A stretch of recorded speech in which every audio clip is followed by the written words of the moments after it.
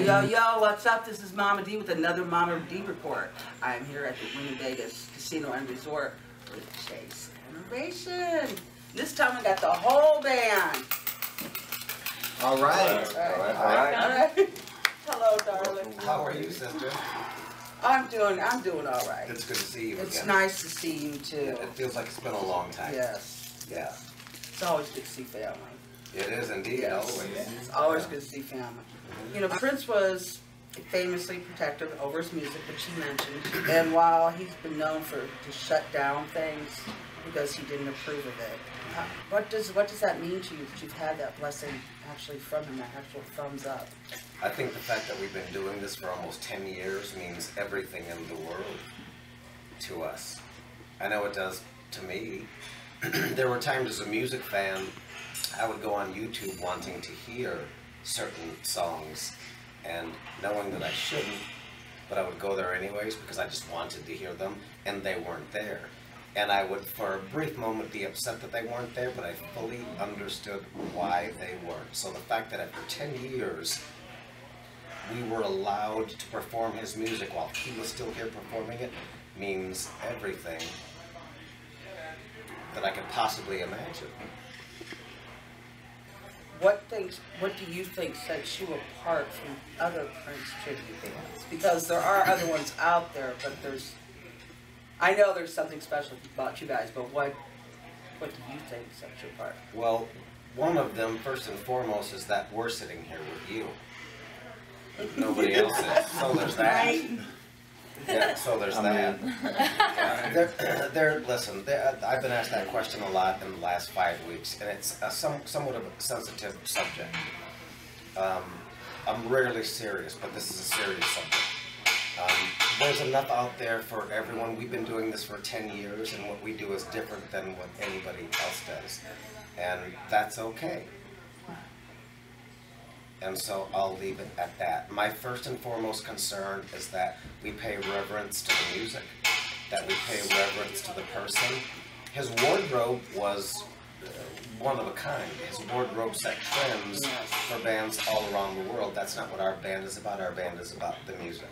And I would like to leave it at that. Yeah, but I would like to leave it about the reverence to the person, not his wardrobe. Oh, I totally agree with that. Cool. That's why I love you With guys. That's why I love you guys. All due respect to the other bands out there, our respect and reverence is to Prince. Now, in 1990, you worked with the Purple One on Graffiti Bridge. Mm-hmm. What was like your involvement with the? My first day on the set, I actually got a phone call from a friend who said, there's an opportunity for you to be an extra in a film. And I said, well, sure, I'll go check that out. And it turns out that it was Graffiti Bridge. And I spent 16 hours a day sitting in an auditorium doing nothing, sitting in a warehouse in New Hope, Minnesota, doing nothing all day. And then someone came through that room, and there was probably 300 people just sitting in this room waiting for an opportunity to be an extra on the shot, on the set. And someone came through the room and said, you come with me. And I thought, oh no, I get in trouble just sitting here doing nothing. Just sitting here doing nothing, I get in trouble. Come with me. And they walked me through all of these scrims, and next thing I knew, I was standing on the stage, and the band at the time was all sitting next to me on stage right, on the floor, and I'm standing on the stage, and it was at that moment that I learned that I was Prince's stand-in. That's cool. For the film Graffiti Bridge, yeah. It was a bump in pay of about $15, and that was amazing. Yeah. That was the first time that I got to meet the cats from the time, and it was, to this day, some of the cats I know, and the band knows really well. Especially this cat over here who plays every Tuesday with Jelly Bean Johnson. Oh! One of the baddest drummers and guitar players in the world. And so that was my first experience with them. But so, more importantly, now jump years and years forward. Don't do the math because I'm almost 50. But jump years and years forward, and now here I am sitting with these people who are arguably some of the baddest cats on the planet. And I need this cast of characters. Otherwise, we would be laughed off the stage. I need world-class musicians, world-class talent, people that take their musicianship seriously. Do you know David Gonzalez? I just met him tonight. Yep. You might want to talk to that. You might want to talk to that cat for a second, and then we'll talk to the rest of the cats and the kittens. So these folks, they make it possible for us to get up there. There's only one Prince. There really is. There's only one Stevie Wonder. There's only one Whitney Houston. There's only one Earth, Wind and Fire. That's for sure. And so we just do the best that we possibly can when we're on stage. I have cats like Johnny Holiday, I have Kalliah Jackson, I have Jenna Anderson, Karl von Goren, and David Gonzalez. It's a blessing to get up there doing it. It's a family. He knows a couple notes, it turns out, on the bass guitar. I'm trying. Yeah. You were jamming up there. No, thank you. Jamming. Thank you. Was that? Do you play any other instruments besides bass, or is that what you started off? I'm a producer. I do production, songwriting. The bass playing is my first instrument. I play some keyboards, program, so I can get around to do some writing. But production and bass playing is my main gig right now. And how did you get hooked up with the family here? Well, I played with a band on Tuesday with Jenna Johnson with the time, and a lot of the guys from Prince in the time, come and sit in or they visit Prince. A lot of them they visit. Very good friends with a lot of Prince's new power generation, especially. And I hired them to do recordings for me as a producer, and I met Chase visiting, and he sat in with us, and like, wow, I thought you're great. He's like, wow, you're great. He's like, wow. And all of a sudden he gives me a call and he goes, I need a bass player. And I'm like, really? So it was a great opportunity for me to go from, okay, I've been on the sidelines after I've done a few world tours. I was part of the Whitney Houston tour, MC Hammer tour, the Winans, and a few tours. And I thought, okay, yeah, just a few, right? I get a chance to be on serious stage. Right now it's serious because Prince, and to me, Chase represents Prince like nobody else. Like nobody else. So it's like I'm in, and so I'm very blessed. No, I know, and you're a bad guitarist. Thank you You're very much. Totally awesome. Thank you. It's very nice. I'm glad you enjoy it. So how long have you been with? Because I know every time I see you, you guys are. We go back a long ways. Long ways, You know, almost 20 years. Yeah, I Ways. mean, I've known him for a long time, and I've been part of this for about 6-7 years now. And so it's just, I mean, he's one of my closest and dearest friends. So this is just kind of like, you know, you get to go on stage with somebody that's family. And I think we read each other very well. It's very comfortable. You know, we will challenge each other, but I know what he's going to do. I think he probably understands what I'm going to do, and it's a good fit. Yeah.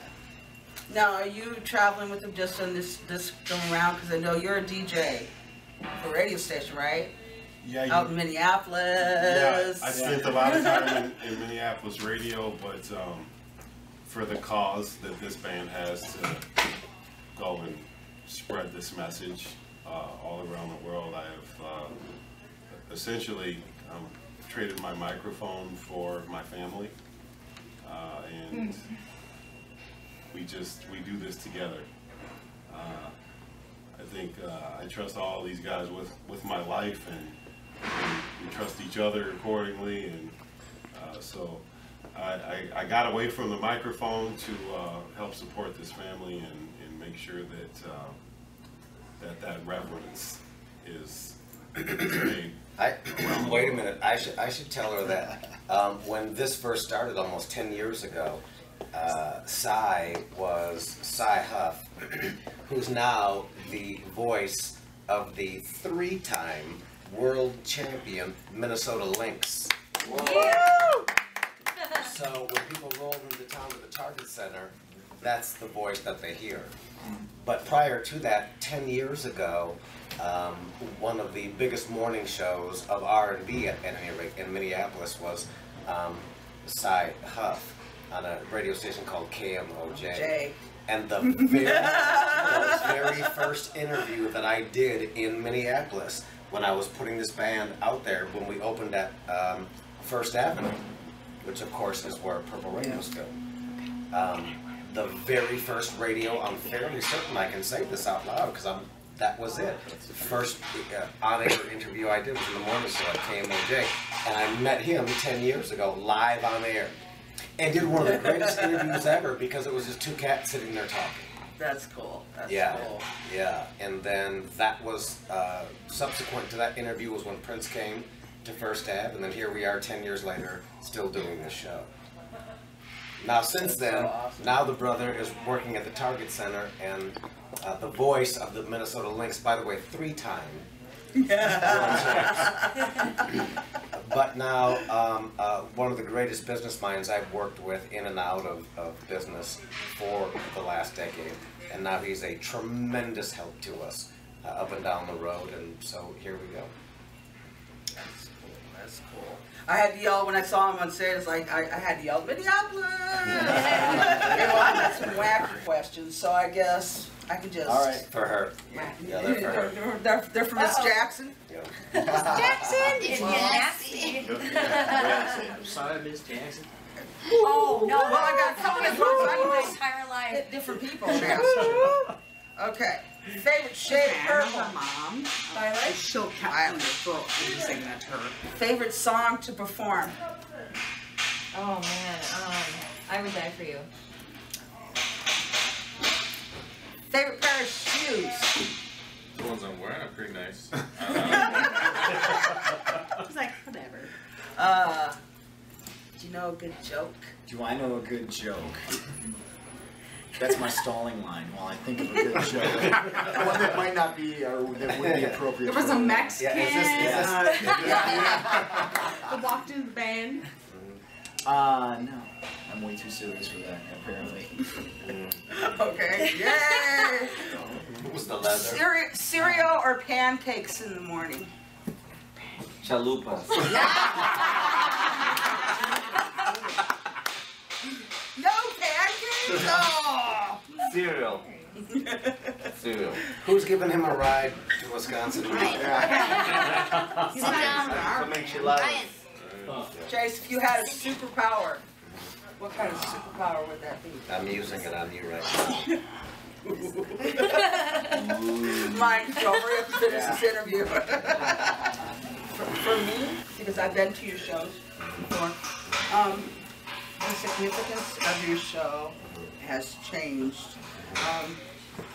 For me, my friend, Yes. my brother, Yes.